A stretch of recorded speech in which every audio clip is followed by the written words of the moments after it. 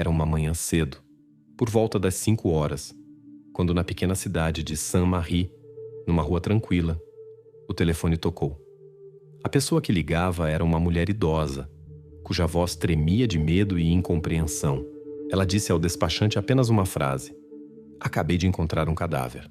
A polícia dirigiu-se imediatamente ao local dos acontecimentos sem suspeitar que precisamente esta descoberta seria o início da história mais sombria na vida desta cidade tranquila.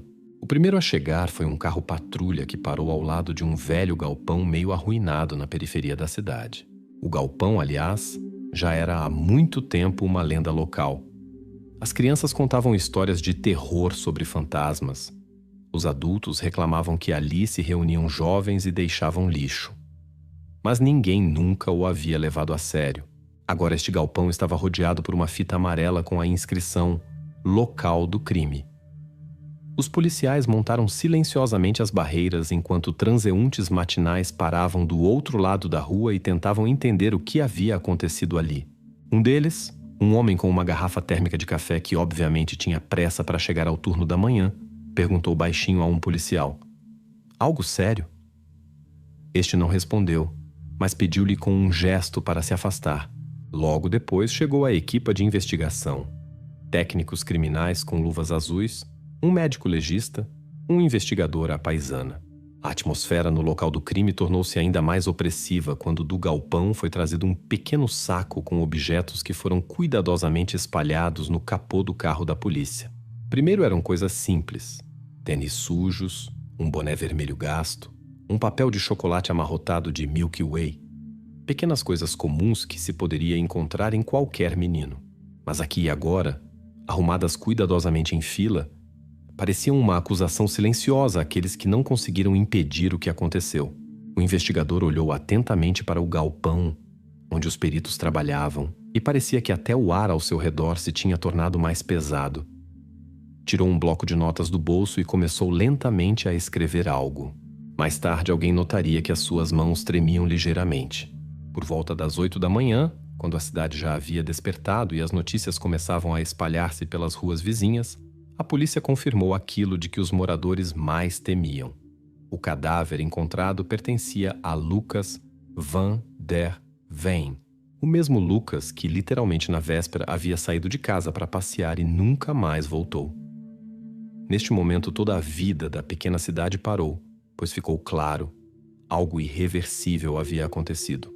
A primeira e mais importante pergunta que se colocou aos investigadores no caso de Lucas van der Veen soava tão óbvia que hesitavam em pronunciá-la em voz alta. Por que alguém faria mal a um menino comum de uma cidade tranquila? Que motivo poderia ter um criminoso quando tudo ao seu redor parecia tão normal e até entediante? Os investigadores começaram a verificar todas as versões possíveis a partir do lugar onde Lucas passava a maior parte do tempo: a escola. E aqui, depararam-se imediatamente com a primeira dificuldade.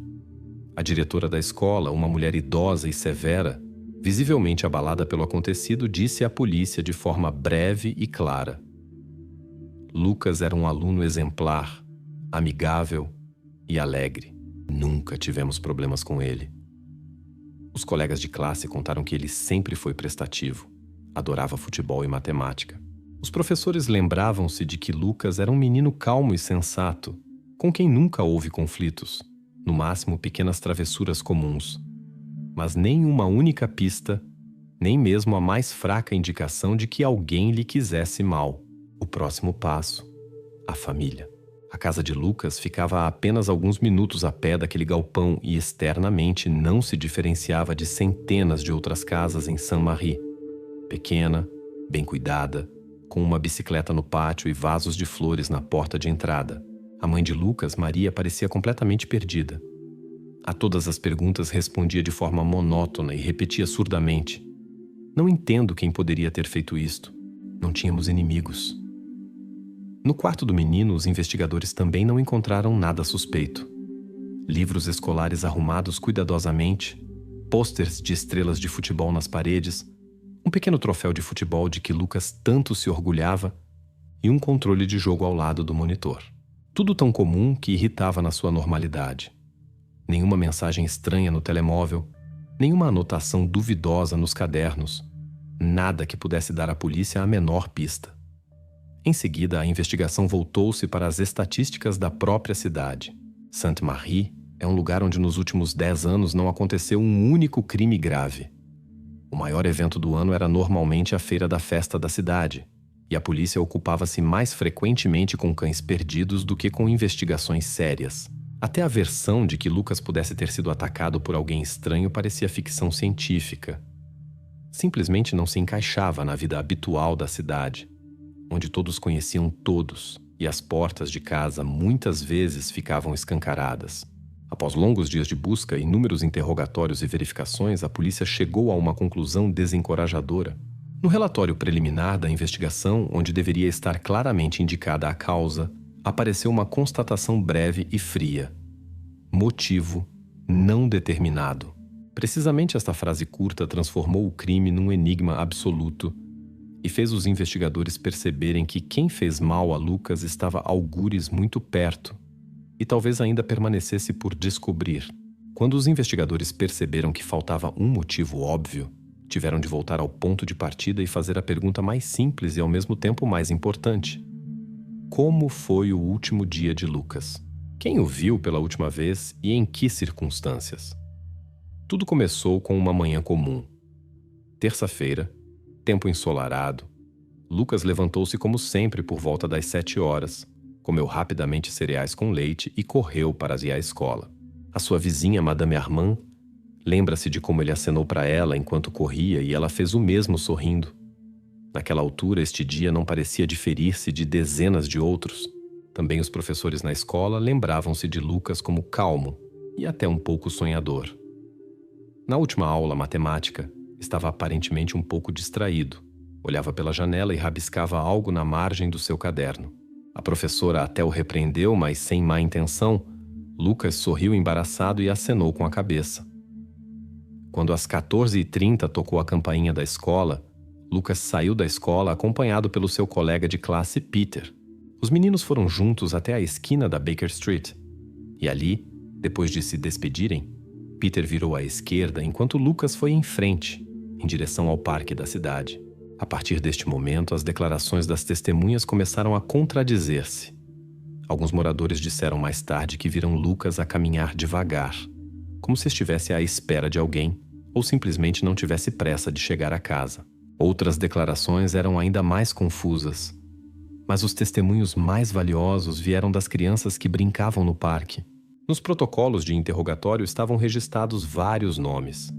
Jessica Morrell, 10 anos, Danny Legrand, 9 anos, e Emma Delcroix, que tinha apenas 8. Cada um contou aproximadamente a mesma história, embora os detalhes diferissem ligeiramente. Jessica disse à polícia que viu Lucas por volta das 3 da tarde. Ele estava sentado num banco de madeira ao lado do grande escorrega e calava-se pensativo. Nas suas mãos segurava um pequeno carro de brinquedo vermelho. Lucas parecia rodá-lo nas mãos como se pensasse no que fazer a seguir com ele. Danny confirmou que Lucas estava de facto no parque. Mas, segundo as suas palavras, o menino parecia irritado ou até um pouco zangado. Levantou-se várias vezes do banco, olhou em direção à alameda principal como se esperasse alguém e depois sentou-se novamente. A certa altura, acrescentou Danny, uma menina pequena com cabelo loiro aproximou-se dele e começou a dizer-lhe algo, gesticulando vivamente. Lucas pareceu ficar ainda mais zangado. Quando a polícia mostrou a Danny uma foto de Emma Delcroix, o menino reconheceu-a com confiança. Era ela. As declarações mais claras fez Emma Delcroix, de 8 anos. A menina disse à polícia que se aproximou de Lucas porque queria que ele lhe desse o carro de brinquedo, precisamente aquele carro vermelho com que ele estava sentado no banco. Era o brinquedo do meu irmão e Lucas não o devolvia. Eu pedi e ele disse que agora o carro era dele, explicou a menina. A certa altura a conversa escalou para uma discussão alta. Lucas até levantou a voz e disse: "Deixa-me em paz, Emma. É só um carro de brinquedo." Outras crianças também confirmaram que a discussão foi chamativa e visivelmente tensa. Depois disso, segundo Emma, Lucas levantou-se do banco, meteu abruptamente o carro no bolso e foi-se embora, sem sequer se virar. Isto aconteceu por volta das 15h20. Nenhuma das outras crianças e adultos interrogados no parque o viu depois disso. Assim, o último ponto registrado nesse dia foi uma conversa que se transformou num conflito. As testemunhas estavam absolutamente certas de que Lucas falou pela última vez com Emma Delcroix. Precisamente após a discussão deles, o menino desaparece para sempre do campo de visão. A polícia compreendia naturalmente que uma menina de 8 anos dificilmente poderia estar envolvida no que aconteceu a seguir. Mas precisamente esta interação breve, viva e inesperada deveria tornar-se o ponto de partida para as investigações posteriores. Pois alguém mais poderia ter reparado no que aconteceu depois de Lucas sair do parque. A última pessoa que viu Lucas foi a pequena Emma Delcroix. Eles discutiram por um simples carro de brinquedo. Mas poderia este conflito infantil realmente levar a algo sério? A resposta só podia ser uma. Era preciso procurar pistas no local dos acontecimentos, ali onde aconteceu o mais terrível. O que conseguiram então os investigadores encontrar perto daquele galpão abandonado? No dia seguinte à tragédia, a polícia de Saint-Marie voltou ao local onde foi feita a descoberta fatídica. O velho galpão ficava na periferia da cidade, rodeado por vegetação densa e erva há muito não cortada. Outrora aqui havia sido a horta de alguém. Agora só havia terreno abandonado e tábuas que mal se mantinham em pregos enferrujados. No interior do galpão estava meio escuro mesmo de dia, e o ar estava impregnado do cheiro de madeira velha e umidade. Os técnicos criminais moviam-se com cuidado, examinando minuciosamente cada tábua, cada centímetro do chão empoeirado. Lucas foi encontrado aqui, junto à parede dos fundos, num canto, ao lado de um monte de feno velho e lixo. O corpo estava numa posição não natural. Parecia que havia tentado esconder-se ou proteger-se de algo terrível. Os policiais marcaram cuidadosamente a posição, recolheram as pegadas que estavam quase completamente apagadas e começaram a alargar o raio de busca em redor do galpão. Cada metro do terreno circundante foi examinado com especial cuidado, na consciência de que até o objeto mais insignificante poderia ser negligenciado. Garrafas vazias, papéis de rebuçados, móveis velhos. Tudo foi inspecionado atentamente e embalado em sacos separados. Mas durante várias horas não foi encontrado nada que pudesse ajudar as investigações. Precisamente quando a equipa quase havia terminado a inspeção, um dos agentes notou algo invulgar nos arbustos, cerca de 10 metros do galpão. No chão estava um pequeno objeto que absolutamente não se encaixava no quadro geral de abandono. Quando se aproximou, o técnico criminal chamou imediatamente os colegas com um gesto. Era uma faca. Não de cozinha nem canivete. Uma faca de caça, com cabo de madeira maciça e lâmina ligeiramente curvada. Estava ali como se tivesse sido deixada cair com pressa e nem sequer tentaram escondê-la. Os peritos levaram-na cuidadosamente para análise. Mesmo a olho nu era visível que na lâmina havia pequenas, mas distintas manchas castanhas, e o cabo estava coberto de sujidade e algo mais que poderiam ser vestígios de dedos humanos. Os técnicos criminais começaram a examinar ainda mais cuidadosamente os arredores da faca, mas além de uma multitude de pegadas misturadas que não puderam ser identificadas devido à sujidade, não encontraram mais nada. Ficou claro que precisamente este objeto poderia ser a chave de todo o caso. Os policiais lembraram-se imediatamente das palavras das crianças sobre a última discussão entre Lucas e Emma. Poderia uma discussão de crianças por um carro de brinquedo realmente terminar de forma tão terrível? Zrenia perguntavam a si mesmos até investigadores experientes. Mas a lógica trouxe-os rapidamente de volta à realidade. Era improvável que Emma, de 8 anos, tivesse qualquer relação com a faca encontrada. A quem pertencia então e por que se encontrava precisamente aqui? Enquanto os peritos embalavam a faca para análise posterior num recipiente especial, a tensão entre os agentes aumentou. Ninguém duvidava de que esta descoberta mudaria completamente o curso das investigações e talvez os aproximasse do esclarecimento. Enquanto os técnicos criminais registravam os detalhes, o investigador dirigiu-se novamente ao galpão, como se esperasse que o próprio edifício lhe desse uma pista. Inspecionou lentamente o terreno mais uma vez, olhou para a parede onde Lucas havia estado encostado e notou um pequeno arranhão numa tábua. Talvez o próprio menino tivesse tentado dizer algo com este movimento, ou fosse apenas coincidência. Isso já ninguém podia dizer com certeza. Tudo o que a investigação tinha nas mãos era uma faca e uma multitude de perguntas sem respostas. Assim, a investigação, após uma inspeção de horas, tinha a primeira pista séria. A faca, encontrada apenas a 10 metros do local onde estava Lucas, podia contar muito. Era preciso examiná-la cuidadosamente, estudar as impressões digitais e os vestígios da substância na lâmina. Mas o mais importante era: agora a polícia de Saint-Marie estava definitivamente convencida de que a tragédia não aconteceu por acaso, mas foi resultado de ações direcionadas de alguém. A investigação tinha um foco claro, e agora os investigadores estavam prontos para continuar, para descobrir a quem pertencia a faca encontrada e por que se encontrava ao lado do cadáver de Lucas van der Veen. A faca encontrada perto do galpão tornou-se a primeira pista real. Na sua lâmina, vestígios suspeitos. No cabo, impressões digitais distintas. Agora só restava aos investigadores uma coisa: descobrir a quem pertenciam essas impressões. Mas alguém poderia ter imaginado onde levaria esta verificação? Os peritos enviaram imediatamente a faca encontrada para exame dactiloscópico no laboratório. Era um procedimento padrão que durava vários dias, e enquanto os técnicos criminais esperavam pelos resultados, os investigadores não ficaram parados. Decidiram falar mais uma vez com a família Delcroix. Afinal, Emma foi a última que viu Lucas nesse dia, e com ela ele havia discutido. A casa da família Delcroix ficava a apenas algumas ruas do parque. Uma casa comum de 2 andares com um pátio bem cuidado, canteiros de flores na entrada e um pequeno parque infantil no jardim. Os pais de Emma, Pierre e Camille, receberam os investigadores preocupados, mas hospitalares. Ainda não entendiam por que a polícia precisava de falar com eles novamente. O investigador começou cautelosamente e sem pressa, fazendo perguntas sobre os últimos dias, o humor da filha e, finalmente, sobre possíveis estranhezas no comportamento de Emma ou eventos invulgares em casa. Os pais olharam-se, e o investigador percebeu imediatamente que se lembravam de algo. Pierre Delcroix disse de repente que alguns dias antes havia notado o desaparecimento de uma das suas facas de caça. Era a sua faca velha que guardava numa caixa na prateleira mais alta do armário, onde Emma, como parecia, era impossível chegar sozinha. Primeiro, não pensei que fosse importante, confessou confuso. Pensei que simplesmente a havia posto noutro lugar, embora agora entenda que isso é improvável.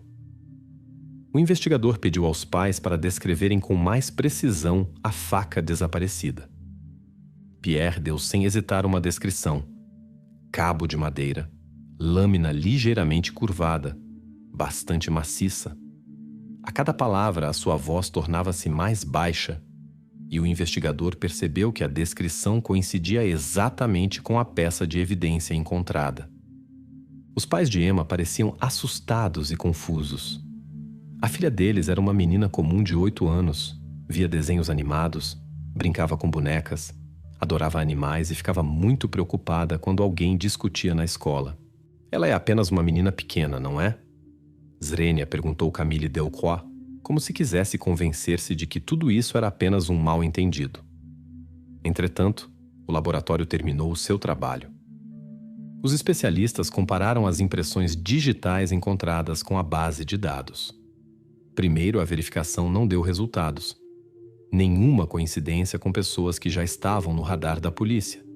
Isso era ainda mais confuso. Mas então ocorreu a um dos peritos uma ideia óbvia: comparar as impressões digitais na faca com as amostras que foram recentemente recolhidas de todos que tiveram contato com Lucas, incluindo as crianças testemunhas. A verificação durou mais horas. Durante todo este tempo, os investigadores estavam em expectativa tensa. Cada um esperava que o resultado apontasse para um adulto, para alguém que pudesse representar uma ameaça, pois a alternativa era impensável. Mas uma ligação do laboratório destruiu as últimas esperanças numa versão conveniente. Temos uma coincidência, comunicou a voz do técnico criminal no telefone. Hesitou brevemente e acrescentou: mas não vão gostar disso. Quando o investigador teve os resultados nas mãos, Teve de os ler várias vezes antes de acreditar nos seus próprios olhos. As impressões digitais no cabo da faca com que foi cometido o crime coincidiam exatamente com as impressões digitais de Emma Delcroix, de 8 anos. Primeiro, ninguém quis acreditar. Mas o documento estava à vista, preto no branco. Nome, idade, data da verificação, tudo coincidia. Agora os investigadores tinham de decidir como proceder. Na noite do mesmo dia, um carro da polícia parou em frente da casa da família Delcroix. Os pais de Emma, que viram os policiais pela janela, perceberam imediatamente que as notícias eram más. Pierre abriu a porta. Atrás dele estava Camille segurando firmemente a filha, que não entendia por que todos à sua volta estavam tão tensos. O investigador falou baixo, mas determinadamente. Temos os resultados do exame. Precisamos de fazer algumas perguntas a Emma sozinha. Quando a menina subiu para o carro da polícia, já saíam vizinhos para a rua e perguntavam-se o que se estava a passar. Sainte-Marie nunca havia vivido uma situação assim. Parecia absolutamente errado e chocou todos os que foram testemunhas disso. Assim, no dia 12 de abril de 2023, Emma Delcroix, de 8 anos, foi oficialmente detida pela polícia da cidade de Sainte-Marie. Esta notícia por si só parecia absurda e inacreditável, mas a investigação não tinha outra escolha. A pista era inequívoca. Ninguém entendia ainda como isso era possível e o que aconteceria agora, pois a investigação havia agora tomado um rumo completamente inesperado. E a pergunta que atormentava todos na cidade soava assim: poderia uma menina pequena realmente ter cometido o que agora lhe imputavam? Ou isto era apenas uma pequena parte de uma história muito mais complicada? A detenção de Emma Delcroix, de 8 anos, foi um verdadeiro choque para toda Sainte-Marie. Ninguém conseguia acreditar que uma menina tão pequena fosse capaz de tal coisa. Mas as impressões digitais na faca falavam por si. Colocava-se apenas uma pergunta: haveria outras provas do seu envolvimento no que aconteceu com Lucas? Os investigadores não se podiam apoiar apenas numa faca. Era preciso mais vestígios, e em primeiro lugar tornou-se suspeita a roupa que Emma usara no dia da tragédia. Os pais entregaram silenciosamente aos investigadores o casaco e as calças de ganga da menina, escondendo com dificuldade o medo do que o exame poderia encontrar. Os peritos começaram imediatamente o trabalho. Examinaram cuidadosamente cada detalhe da roupa, procurando manchas, fibras e vestígios que pudessem lançar luz sobre as circunstâncias. O processo arrastou-se, e a cada hora crescia a tensão entre os investigadores. Entretanto, a polícia decidiu falar com os professores de Emma. Talvez pudessem revelar detalhes sobre o caráter da menina. E aqui descobriu-se que Emma estava longe de ser tão calma como se estava habituado a vê-la em casa. Os professores contaram que a menina se ofendia rapidamente e até por pequenas coisas podia explodir de repente. Um dos pedagogos confessou: claro que não dizemos que ela seja capaz de algo sério, mas sim, Emma podia ficar zangada de repente e às vezes até era difícil acalmá-la. Estas declarações não davam uma resposta inequívoca, mas fortaleciam consideravelmente as suspeitas dos investigadores. Os peritos trabalhavam, entretanto, 24 horas por dia, verificando cada mancha, cada pequeno detalhe. No segundo dia, descobriram uma pequena mancha castanha na manga esquerda do casaco de Emma. Seria apenas sujidade, vestígios de chocolate ou precisamente aquilo de que todos receavam? Quando veio a ligação do laboratório, os investigadores já estavam preparados para o pior. Os peritos não deixaram margem para dúvidas. O laboratório confirmou que a mancha castanha encontrada na roupa de Emma era sangue e pertencia sem qualquer dúvida a Lucas van der Veen. Agora os investigadores tinham de responder à pergunta principal: o que exatamente aconteceu nesse dia entre Emma e Lucas? E poderia este horror realmente ser obra de uma menina de 8 anos? Ou esconder-se-ia por trás destes vestígios uma história completamente diferente? Todos os vestígios apontavam para Emma Delcroix. Impressões digitais na faca, sangue na roupa. O quadro parecia mais claro do que nunca. Restava apenas uma pergunta, de cuja resposta dependia muito. O que disse a própria Emma sobre o que aconteceu nesse dia? O interrogatório de Emma teve lugar na presença de um psicólogo e dos seus pais. A menina parecia assustada e confusa e não entendia bem por que lhe perguntavam repetidamente sobre Lucas.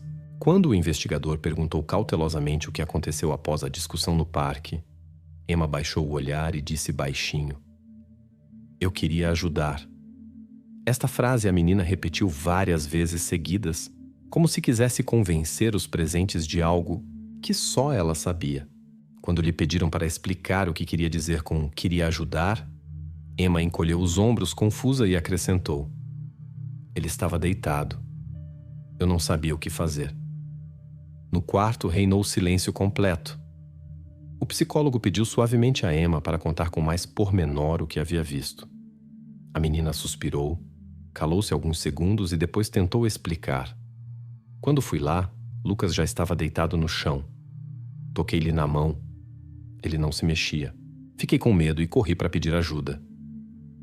O investigador e o psicólogo olharam-se. Os pais de Emma também pareciam confusos. As suas palavras soavam sinceras, mas não se encaixavam de forma alguma com as provas que a polícia tinha. De onde vinha então o sangue no seu casaco e por que estavam as suas impressões digitais na faca? O investigador fez cautelosamente a pergunta seguinte, para não assustar a menina: "E viste quem poderia ter feito aquilo a Lucas?" Emma abanou a cabeça e disse quase sussurrando: "Não. Não havia ninguém. Só Lucas estava deitado e a faca estava no chão." Quando lhe explicaram que o sangue de Lucas foi encontrado na sua roupa, a menina assustou-se visivelmente ainda mais. Começou a esfregar os olhos com as mãos e repetia: "Realmente não me lembro. Não sei porquê." O psicólogo sugeriu uma pausa para Emma se acalmar, e depois a menina começou novamente a falar de que realmente havia corrido para pedir ajuda, que se preocupou muito com Lucas e nunca lhe faria mal. Mas as suas declarações confusas e contraditórias só complicaram a situação. Os investigadores não conseguiam entender como as palavras da menina podiam encaixar com os vestígios que claramente apontavam para ela como suspeita. Nos protocolos foi registrado que Emma não conseguia explicar claramente o aparecimento de sangue na sua roupa. Mais ainda, nas suas declarações havia uma contradição que muito preocupou os investigadores. Se ela própria havia atacado Lucas, por que insistia então tão desesperadamente que tentara ajudá-lo? Neste momento, os investigadores tiveram a impressão de que a menina possivelmente escondia algo, tinha medo de dizer a verdade, ou estava tão assustada com o que viu que as suas lembranças estavam confusas e imprecisas. As contradições, porém, tornaram-se demasiado óbvias para simplesmente as ignorar. Precisamente esta contradição decisiva fez a investigação duvidar pela primeira vez da versão que até então parecia óbvia. Se Emma realmente havia atacado Lucas, por que falava tão insistentemente de que havia corrido para pedir ajuda? Algo na sua história não batia certo. A polícia admitiu pela primeira vez a possibilidade de que por trás deste incidente trágico se escondesse uma história completamente diferente, muito mais complicada. E agora era preciso descobrir qual exatamente. A história de Emma levantava cada vez mais perguntas. Por um lado estava o sangue de Lucas na roupa da menina e as suas impressões digitais foram encontradas na faca. Por outro lado, ela própria dizia que apenas se assustou e correu para pedir ajuda. Alguém obviamente não estava a dizer a verdade. Mas como verificar as palavras de uma menina de 8 anos? Os investigadores decidiram verificar cada palavra de Emma. Se ela realmente havia corrido para pedir ajuda, alguém devia tê-la visto. Começaram novos interrogatórios de testemunhas, e desta vez os investigadores deram mais atenção às crianças que nessa altura estavam no parque ou perto dele. Precisamente nestas declarações mostrou-se a primeira rachadura na versão da investigação. 2 crianças da escola, Sophie e Julianne, ambos de 9 anos, confirmaram que viram Emma. Segundo as suas palavras, ela correu realmente aproximadamente ao mesmo tempo em que aconteceu o incidente com Lucas. Sophie lembrou-se. Ela corria muito depressa e gritava algo, mas não percebemos o que exatamente. Julien acrescentou que Emma parecia assustada e até chorava. Estas declarações eram extremamente importantes, pois claramente não se encaixavam na imagem de uma agressora que abandona friamente o local do crime. a investigação decidiu prosseguir e verificar as gravações das câmaras de vigilância da cidade. A cidade de Saint-Marie era pequena, mas algumas câmaras estavam instaladas em pontos importantes. Particularmente importante revelou-se uma câmara que estava colocada na esquina do edifício dos Correios locais, apenas algumas centenas de metros do parque. Os peritos examinaram cuidadosamente as gravações. A imagem não era particularmente nítida, mas suficientemente clara para reconhecer as figuras das pessoas e a direção do seu movimento. Os investigadores observaram atentamente a gravação e logo viram algo que lhes deu uma sensação de grande alívio. Na gravação via-se claramente uma menina pequena com um casaco claro a correr pela calçada. Os seus movimentos eram caóticos. Parecia que não estava simplesmente a correr, mas a fugir de algo, olhando constantemente para trás.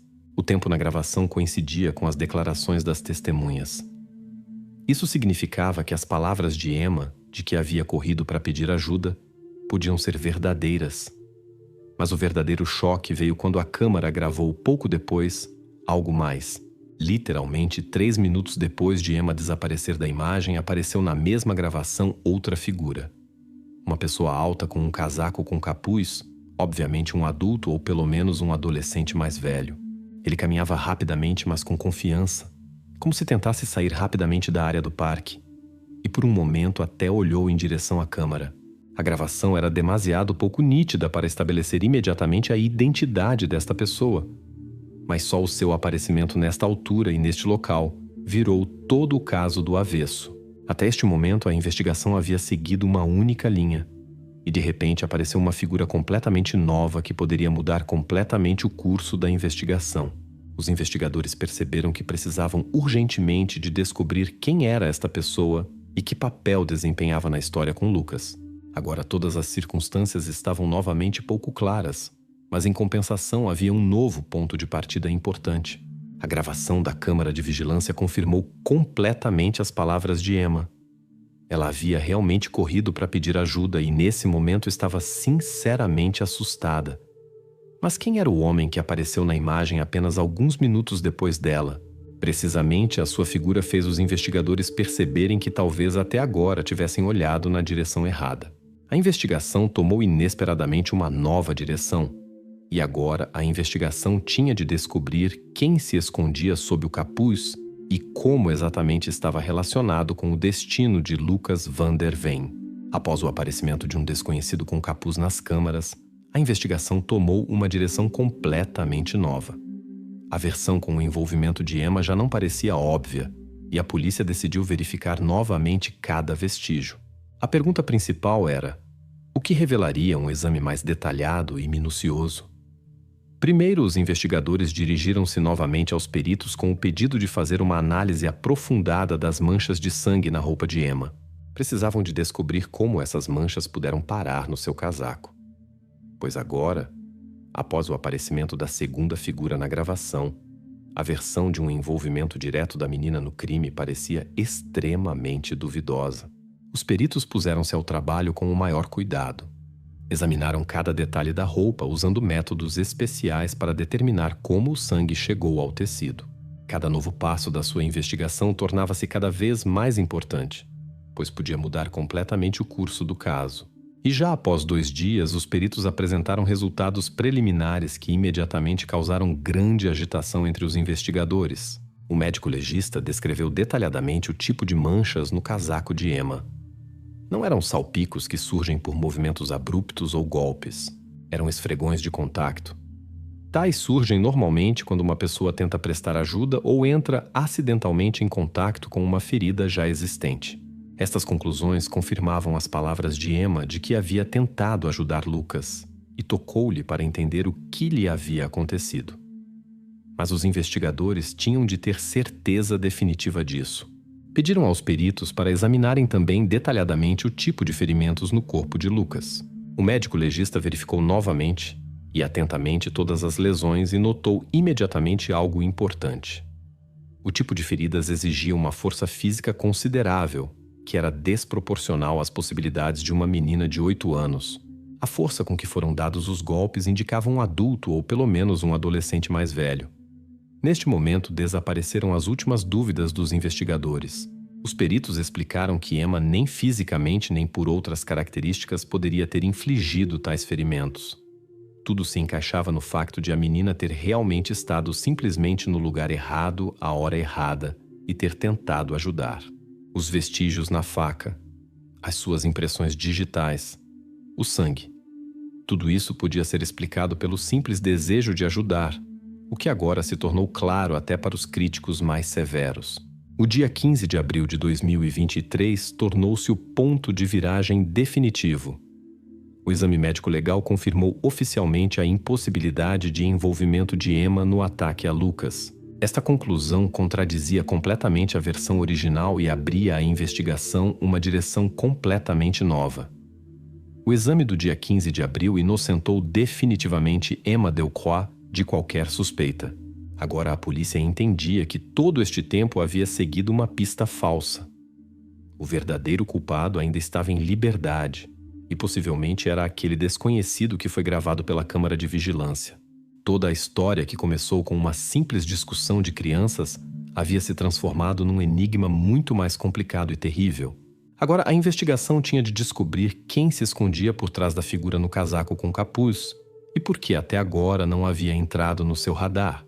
Agora que a investigação havia definitivamente excluído a culpa de Emma, a polícia deparou-se com uma nova pergunta ainda mais inquietante.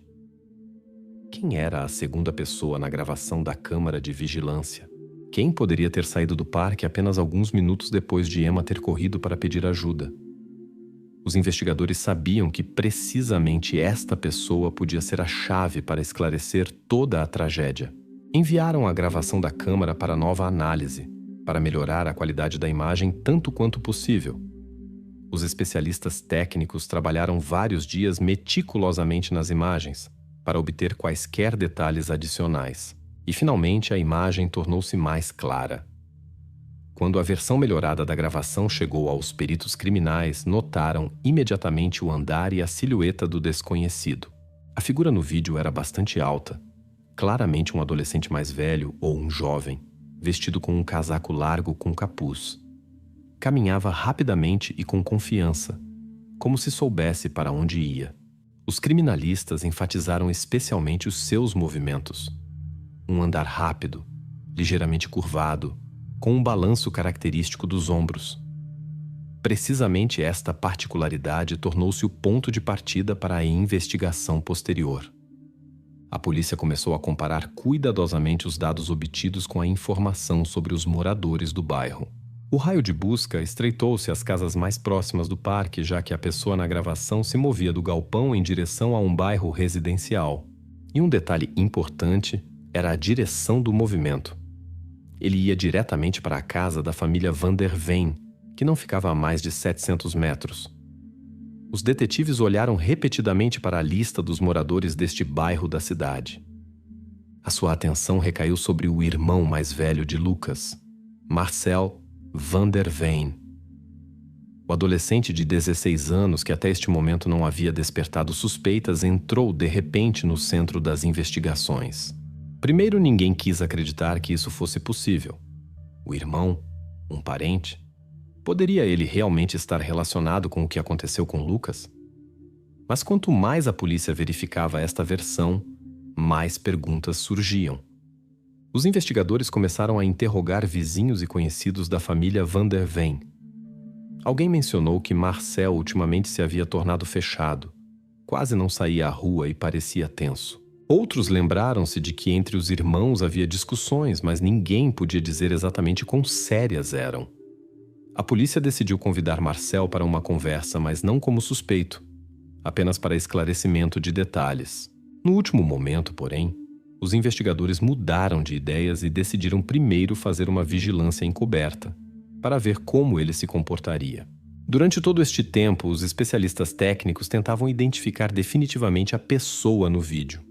Um dia, após o início da vigilância, a polícia recebeu uma ligação dos criminalistas.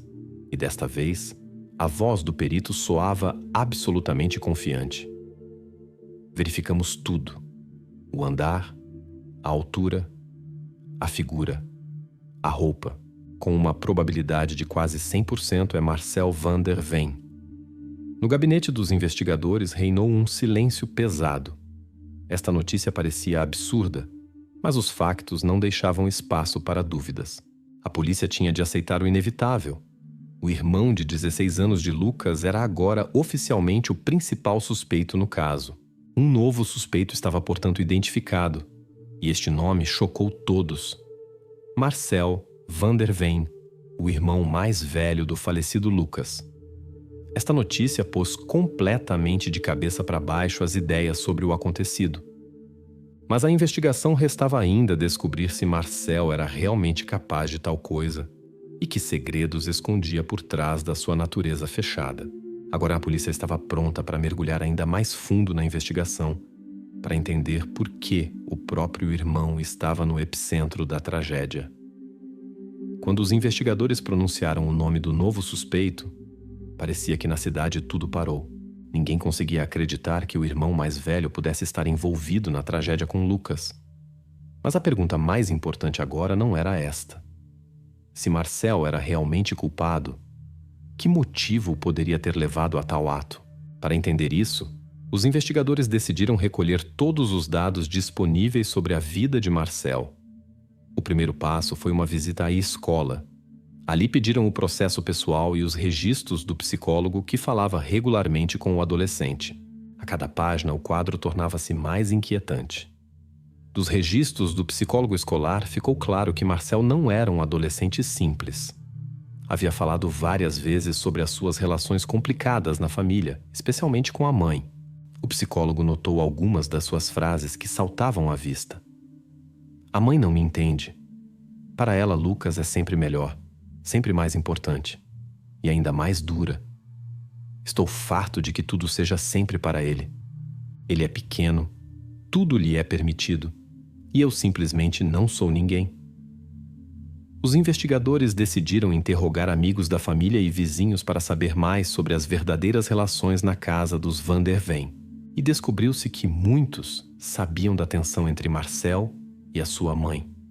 Uma das vizinhas, Madame Leroux, disse diretamente: "Sabem, na família deles sempre se via que Lucas era o favorito. Marcel mantinha-se em segundo plano, quase não comunicava. Às vezes ouvia-o discutir com a mãe e ele repetia sempre o mesmo, sobre injustiça." Um amigo da família, Claude Gauthier, confirmou que Marcel havia mudado muito ultimamente. Tornou-se fechado, mal-humorado. Às vezes parecia-me que nos evitava a todos propositadamente. Uma vez, quando conversamos, desabou e disse que Lucas recebia sempre toda a atenção e isso o irritava. Mas quem pensaria que fosse tão sério? A cada nova declaração de testemunha tornava-se cada vez mais claro. As relações dentro da família van der Veen estavam longe de ser tão simples como parecia à primeira vista. O ciúme de Marcel pelo irmão mais novo tornava-se visível até para aqueles que não eram próximos da família. Quanto mais fundo os investigadores mergulhavam no passado do adolescente, mais certos ficavam de que estavam no caminho certo. Finalmente, a polícia convidou para uma conversa a professora de turma de Marcel, Madame Ghislain. Ela conhecia bem a família e havia observado o adolescente durante vários anos. As suas palavras soaram como a confirmação final daquilo que os investigadores já suspeitavam. A professora explicou calma e claramente. A mãe sempre preferiu Lucas. Todos viam isso. Marcel suportou mal isso. Disse muitas vezes que se sentia supérfluo na própria família.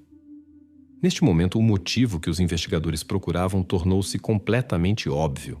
Agora a polícia não tinha dúvidas de que o ciúme familiar poderia ter levado Marcel a um ato tão terrível.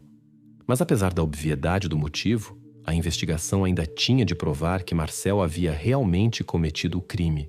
E isso estava longe de ser tão simples como parecia. O motivo estava, portanto, determinado e revelou-se dolorosamente simples e ao mesmo tempo terrível. O ciúme do irmão mais velho pelo mais novo. Uma tragédia familiar que se escondia por trás das paredes silenciosas da casa van der Veen e rompeu inesperadamente para fora e pôs de pernas para o ar a vida de todos os que a conheciam. O próximo passo da investigação Descobrir se um motivo sozinho é suficiente para acusar Marcel pelo acontecido, pois agora a polícia deparava-se com a tarefa de não apenas acreditar no motivo, mas encontrar provas que confirmassem ou refutassem definitivamente o seu envolvimento. Agora a investigação tinha tudo. Um suspeito, Marcel van der Veen, um motivo óbvio, ciúme do irmão mais novo e provas indiretas, o vídeo das câmaras de vigilância. Restava apenas o último, ouvir o que o próprio Marcel diria. Poderiam as suas palavras mudar algo ou apenas confirmariam as suspeitas da polícia? No dia 20 de abril de 2023, a polícia deteve oficialmente Marcel e trouxe-o para interrogatório. A atmosfera na sala de interrogatório estava tensa. O adolescente estava sentado em frente ao investigador, sem levantar o olhar. A primeira pergunta: onde estavas no dia da morte de Lucas? Marcel respondeu breve e firmemente: estava em casa. Mas o investigador percebeu imediatamente que esta era uma versão preparada. Não se apressou, deu tempo ao adolescente para se acalmar e depois ligou a gravação da câmara de vigilância. No ecrã apareceu a figura clara de Marcel caminhando rapidamente em direção à sua casa. Na sala reinou silêncio. O adolescente mudou de cara e disse inseguro: esse não sou eu. O investigador apontou calma e metodicamente para o andar, a roupa, a altura, enfatizando cada detalhe. Marcel, tu entendes que és tu. A câmara não mente. O adolescente cerrou nervosamente os punhos e disse após uma longa pausa: ok, saí de casa. Mas só estive no parque, não fui ao galpão, não vi Lucas. A cada palavra sua, os investigadores entendiam que ele se emaranhava cada vez mais. Faziam cuidadosamente novas perguntas, e o adolescente tornava-se cada vez mais irritado e menos convincente. Logo, as suas palavras contradiziam claramente o que a investigação já havia estabelecido. O investigador disse lenta e claramente: tu afirmas que não foste ao galpão, mas a câmara gravou-te a apenas 200 metros do local da tragédia, poucos minutos depois de Emma ter corrido para pedir ajuda. Como podes explicar isso? Marcel hesitou novamente. O seu olhar vagueou pela sala. Eu só fui passear, respondeu inseguro. Os investigadores aumentaram a pressão, apontando consistentemente para cada contradição nas suas palavras. Dizes que estavas em casa, depois afirmas que foste passear, depois negas ter visto Lucas, embora estivesses praticamente ao lado do local do crime. Tudo isso parece extremamente suspeito, Marcel. O adolescente ficou cada vez mais nervoso. A sua voz tremia. Repetia frases sobre lhe terem armado uma armadilha, que não podia fazer mal ao irmão. Mas agora as suas palavras já não soavam nada convincentes.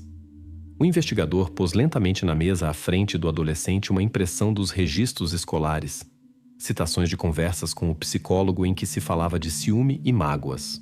Disseste ao psicólogo que te sentias supérfluo na família, que Lucas era sempre o favorito. Não é assim? Marcel virou-se abruptamente para não ter de olhar porro para os documentos. O investigador continuou: professores e vizinhos confirmaram que tinhas motivos para ter ciúmes do teu irmão. Falaste de injustiça, de que tudo era para ele e para ti nada. Talvez tenha sido precisamente essa a razão do teu ato? Marcel levantou de repente a cabeça e gritou: eu não fiz isso. Não podia fazer isso.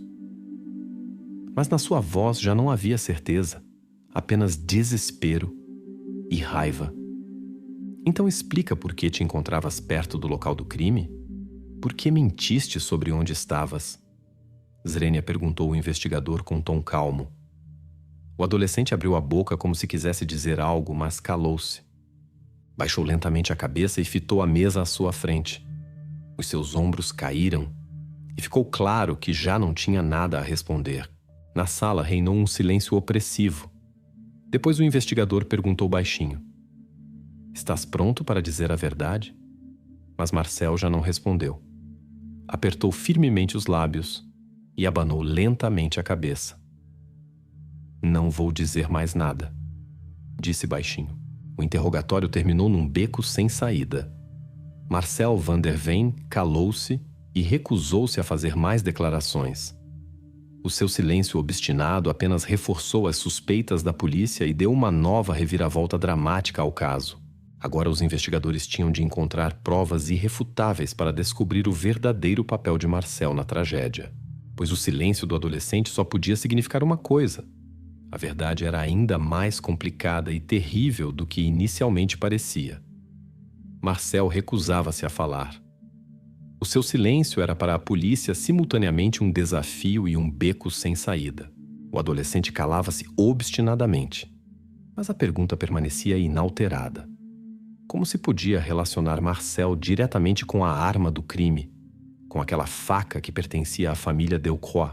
Os investigadores decidiram voltar novamente ao pai de Emma, Pierre Delcroix. Talvez ele pudesse lembrar-se de algum detalhe que pudesse esclarecer como Marcel conseguiu acesso à faca da sua garagem. Quando a polícia lhe perguntou novamente sobre isso, Pierre pensou e tentou visivelmente lembrar-se de algo importante.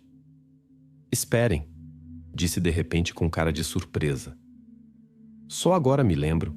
Alguns dias antes de a faca desaparecer, vi alguém perto da nossa garagem. Era um adolescente. Primeiro não reparei. Pensei que talvez fosse um dos rapazes vizinhos. Mas agora, sim, era Marcel. Vi-o definitivamente perto da nossa casa, à porta da garagem." Esta recordação mudou imediatamente a situação. Agora a polícia tinha uma razão séria para supor que Marcel poderia ter entrado na garagem da família Delcroix e de lá levado a faca que se tornou a arma do crime. Os investigadores obtiveram um mandado de busca para a casa da família Van der Veen, especialmente para o quarto de Marcel. Agiram rapidamente e cuidadosamente, examinando cada detalhe no quarto do adolescente. À primeira vista, nada de suspeito. A confusão juvenil habitual, pôsteres nas paredes, roupa no chão. Mas os investigadores sabiam que tinham de procurar mais fundo. Numa das gavetas da secretária encontraram vários pequenos objetos que claramente não pertenciam a Marcel. Eram à primeira vista coisas insignificantes. Uma pequena figura de soldado, um isqueiro, algumas moedas e, o que era especialmente importante, um porta-chaves metálico invulgar em forma de carro antigo. Todos estes objetos pareciam estranhos, como se tivessem sido tirados de pessoas diferentes. Os investigadores decidiram verificar estes objetos com os vizinhos, e logo ficou claro. O porta-chaves pertencia à família Delcroix, e normalmente era guardado precisamente na garagem de onde a faca desapareceu. Pierre reconheceu imediatamente o porta-chaves. "É meu, definitivamente meu. Nem sequer reparei que tinha desaparecido." Essa descoberta foi decisiva. Agora, a investigação entendia que Marcel havia repetidamente entrado em casas e garagens alheias e levado várias pequenas coisas. Isso significava que lhe foi fácil levar a faca dos Delcroix. Todas as peças do puzzle encaixaram-se numa imagem clara. Ficou claro aos investigadores que o adolescente obviamente escondia muito mais do que apenas ciúme do irmão. A busca revelou as suas ações secretas e confirmou que ele tinha acesso direto ao local onde a arma do crime era guardada. Agora Marcel encontrava-se numa situação muito mais séria e a polícia estava confiante de que esta prova era suficiente para lançar luz sobre as verdadeiras circunstâncias da tragédia. A descoberta do porta-chaves da família Delcroix e outros objetos roubados tornou-se prova irrefutável de que Marcel tinha acesso à faca. Esta pista rompeu a sua linha de defesa e mostrou pela primeira vez que por trás do silêncio do adolescente se escondiam ações reais que ele tentava cuidadosamente ocultar. Agora a polícia só tinha de entender uma coisa: o que exatamente aconteceu nesse dia entre os dois irmãos e por que tudo terminou de forma tão trágica.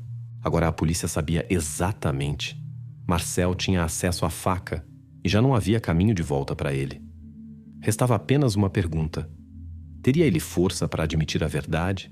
Ou o adolescente negaria o óbvio até ao fim? Os investigadores convidaram Marcel novamente para interrogatório. Desta vez, a conversa teve lugar na presença de um advogado e um psicólogo. A atmosfera estava ainda mais tensa.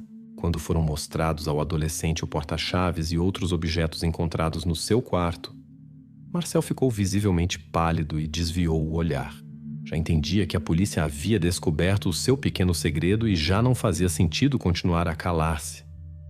Mas o verdadeiro golpe para ele foi a notícia de que Emma Delcroix havia sido completamente inocentada. Quando o investigador disse que a menina já não era suspeita e que agora todos os factos apontavam apenas para ele, Marcel ficou visivelmente nervoso. As suas mãos tremiam e o seu olhar tornou-se perdido. Levantou lentamente a cabeça e disse baixinho: "Eu não queria que fosse assim." O investigador perguntou cuidadosamente, quase com compaixão: "Marcel, o que exatamente aconteceu nesse dia?" O adolescente calou-se muito tempo, respirava pesadamente, como se cada palavra lhe custasse um esforço enorme. Mas depois, tendo-se recomposto, começou a falar: "Discutimos. Foi por alguma estupidez, como sempre." Lucas começou novamente a gabar-se de que a mãe lhe havia comprado algo novo e a mim, não. Isso simplesmente me deixou furioso. Não planeei nada parecido. Marcel calou-se e engoliu com dificuldade. Depois continuou: "Peguei na faca simplesmente assim. Queria assustá-lo para ele parar de falar sobre quanta sorte tem. Mas depois, ele começou a gritar. Começamos a lutar. Eu não queria magoá-lo, mas de repente tudo foi muito rápido. O quarto mergulhou em silêncio completo. Os investigadores ouviam a confissão do adolescente com o coração pesado. Marcel contou que quando percebeu o que havia feito, imediatamente teve medo e fugiu, atirando a faca perto. Precisamente nesse momento a câmara o gravou. Nem sequer podia imaginar que alguém mais poderia ver Lucas e tentar ajudá-lo, como fez a pequena Emma. A confissão de Marcel van der Veen soou clara e inequívoca. Agora, todas as circunstâncias da tragédia lhe estavam claras para a investigação. Uma pequena discussão familiar, ciúme infantil e uma cadeia fatídica de decisões que mudaram o destino de várias pessoas. Mas mesmo após esta confissão, a história ainda estava longe do fim. A polícia tinha de esclarecer até que ponto isto foi um ato consciente e principalmente entender como deveriam continuar a viver aqueles que ficaram vivos após o acontecido. Marcel havia confessado tudo. Agora restava a esta investigação apenas uma coisa: reconstruir a sequência exata dos eventos daquele dia trágico. Pois ainda restavam perguntas sobre como exatamente se desenvolveu esta história do início ao fim. Tudo começou alguns dias antes da tragédia, quando Marcel entrou na garagem da família Delcroix e roubou a faca. Ele não havia planeado o crime, pelo menos foi isso que afirmou no interrogatório. Pegou na faca simplesmente assim, por curiosidade ou desejo de possuir algo proibido, secreto. No dia do incidente, Marcel notou o seu irmão mais novo, Lucas, que após a escola foi ao galpão abandonado na periferia do parque. Lucas caminhava devagar e rodava pensativamente nas mãos aquele carro de brinquedo vermelho que se tornou a razão do seu conflito com Emma. Marcel seguiu, inicialmente apenas para conversar, mas a conversa escalou quase imediatamente para mais um conflito. O adolescente aproximou-se do irmão e imediatamente atirou-lhe tudo o que se havia acumulado durante muito tempo. Como estava cansado da atenção constante para Lucas, como o irritava que ao irmão sempre tudo fosse perdoado e permitido. Lucas respondeu com dureza e a conversa rapidamente saiu de controle. Palavras tornaram-se gritos, gritos tornaram-se luta. Precisamente nesse momento, Marcel puxou a faca. Disse que queria apenas assustar Lucas, fazê-lo entender como era doloroso ser sempre pior, sempre o segundo. Mas os eventos decorreram de forma completamente diferente daquela que havia imaginado. Lucas começou a defender-se, tentou libertar-se e então, tomado pela raiva e desespero, Marcel esfaqueou. Quando o adolescente percebeu o que havia feito, já era tarde demais. Lucas caiu no chão e não se movia. Marcel, tomado pelo pânico, atirou imediatamente a faca para os arbustos próximos e fugiu correndo. Precisamente nesse momento, a câmara gravou a sua figura enquanto se dirigia para casa. Entretanto, apenas alguns minutos depois, a pequena Emma Delcroix, que nada suspeitava, veio ao galpão para recuperar o seu carro de brinquedo. Viu Lucas deitado no chão e não entendeu imediatamente o que havia acontecido. A menina aproximou-se, tentou ajudá-lo, ficando assim com sangue na roupa. Assustada, Emma correu para procurar adultos e pedir ajuda. Assim, toda esta história terrível, que começou com simples ciúme e pequenas mágoas, transformou-se numa verdadeira tragédia para toda uma cidade. Graças à confissão de Marcel e às declarações das testemunhas, a polícia conseguiu reconstruir com absoluta precisão a cronologia dos eventos. Já não restavam perguntas sobre como exatamente aconteceu o crime e quem era responsável pelo acontecido. O quadro completo do crime foi restaurado e completamente confirmado pelos autos. Todos os detalhes da tragédia encaixaram-se, desde o roubo da faca até ao último momento em que Emma descobriu o cadáver de Lucas. A investigação fechou definitivamente todas as perguntas sobre a sequência dos eventos daquele dia fatídico. Restava apenas uma coisa: entender como a cidade e a família podiam continuar a viver depois de tal coisa. O crime estava esclarecido. Os detalhes eram conhecidos de todos, mas agora a pergunta principal era outra. Que castigo seria aplicado por um ato tão terrível? Considerariam os juízes a idade e as circunstâncias? Ou a gravidade do acontecido levaria a melhor? O julgamento começou no dia 12 de outubro de 2023 e decorreu sob grande atenção dos moradores de Saint-Marie. A sala estava lotada. Vizinhos, colegas de classe, professores, simplesmente pessoas solidárias. Todos queriam ouvir a decisão do tribunal. A acusação apresentou imediatamente a acusação principal: homicídio doloso.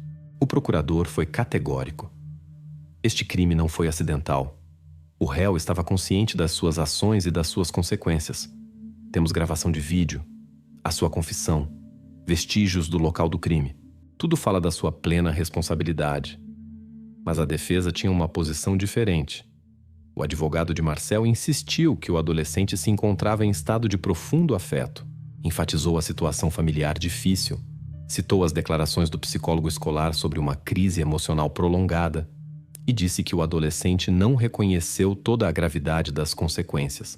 O argumento principal da defesa era a idade de Marcel e a sua imaturidade emocional, que, na opinião do advogado, deveria ter sido considerada circunstância atenuante. Quando o juiz deu a palavra ao próprio Marcel, o adolescente levantou-se, olhou para a sala, mas não conseguiu dizer nada. Apenas sussurrou baixinho: "Peço desculpa", e sentou-se novamente. A sua mãe chorava e cobria o rosto com as mãos, e era óbvio que tudo isto era para ela uma tragédia não menor do que para os outros. Os juízes retiraram-se para a deliberação, que durou várias horas. A atmosfera de espera estava tensa ao extremo. Os habitantes da cidade discutiam sobre o que era mais importante: castigo ou uma oportunidade de correção, o rigor da lei ou misericórdia para com um adolescente cuja vida também estava destruída para sempre. Finalmente o tribunal voltou e na sala reinou silêncio completo. O juiz leu a sentença. O tribunal, após exame de todas as circunstâncias do caso, conclui que Marcel van der Veen é culpado de homicídio doloso. Considerando a idade menor e o estado psíquico do réu no momento do crime, o tribunal condena-o a 10 anos de prisão com cumprimento em instituição correcional fechada para menores. A sentença foi pronunciada clara e friamente. Na sala ouviu-se um suspiro. Para uns era uma decisão demasiado branda, para outros uma oportunidade justa de correção. Mas todos entenderam uma coisa: a cidade de Saint-Marie nunca mais seria a mesma. E esta história ficaria para sempre na memória daqueles que a viveram. A sentença foi proferida. A justiça prevaleceu. Mas o que aconteceu com aqueles que ficaram após esta tragédia? E que perguntas ficaram para sempre sem resposta? Todas as acusações contra Emma Delcroix foram retiradas, mas a menina precisou muito tempo para se recuperar. A família van der Veen desfez-se. A mãe deixou a cidade, não conseguindo suportar a gravidade do acontecido. Os moradores de Saint-Marie viveram ainda muito tempo com a sensação de uma ferida que não sara, lembrando-se dos eventos daquele dia. Alguns meses depois, o caso foi oficialmente arquivado.